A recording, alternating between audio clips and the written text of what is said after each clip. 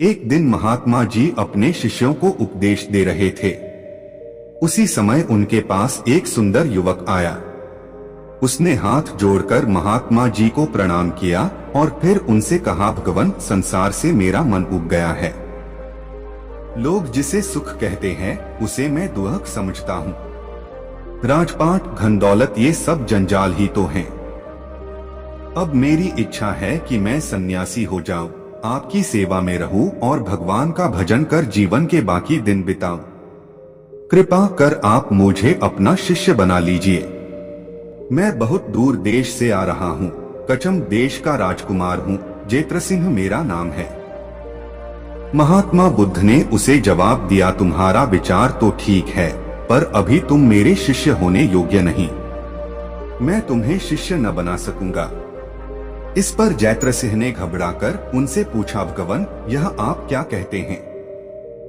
मैं बड़ी आशा से आपकी सेवा में आया हूँ, मुझे निराश न कीजिए।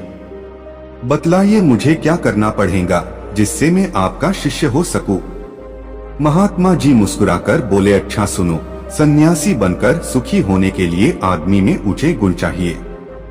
ईर्ष्या, बुराई और घृणा से बचना चाहिए।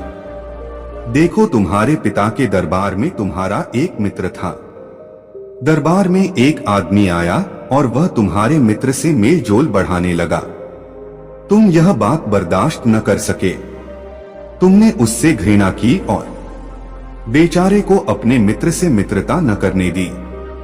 सोचो तो, वह आदमी तुम्हारे मित्र से प्रेम बढ़ा रहा था, इसमें तुम्हारी क्या हानि थी? बेचारा दुखित होकर चला गया, अब वह तुमसे घृणा करता है। दूसरी बात सुनो, एक बार तुम अपनी स्त्री पर जरा सी बात पर बिगड़ उठे। बेचारी कितनी रोई गिड़गिड़ाई, पर तुम न पसीजे। तुमने उसे घर से निकाल कर ही चैन लिया। अब वह तुमसे दुखी रहती और घृणा करती है। जो आदमी आदमी से घृणा करता है उसे प्यार नहीं कर सकता, वह सन्यासी बनकर कैसे सुखी हो सकता है? जैत्रसिंह ने सिर झुका लिया और पिता के राज्य में लौट गया। जैत्रसिंह के पिता की मृत्यु हो चुकी थी।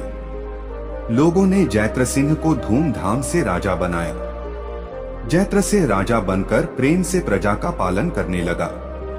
प्रज्ञा भी उसे खूब चाहने लगी। जैत्रसेन को बुद्धदेव की बातें लग गई थीं। अब उसने अपनी गलतियों को सुधारने का इरादा किया। पहले तो उसने उस आदमी को बुलवाया, फिर अपने अपराध की क्षमा मांगी। उसे एक सुंदर महल रहने के लिए दिया और अपने मित्र से उसकी मित्रता करा दी। फिर जैत्रसिंह ने अपनी रानी को भी बुलवा लिया और उसे बड़े प्रेम तथा आदर से अपने पास रखा।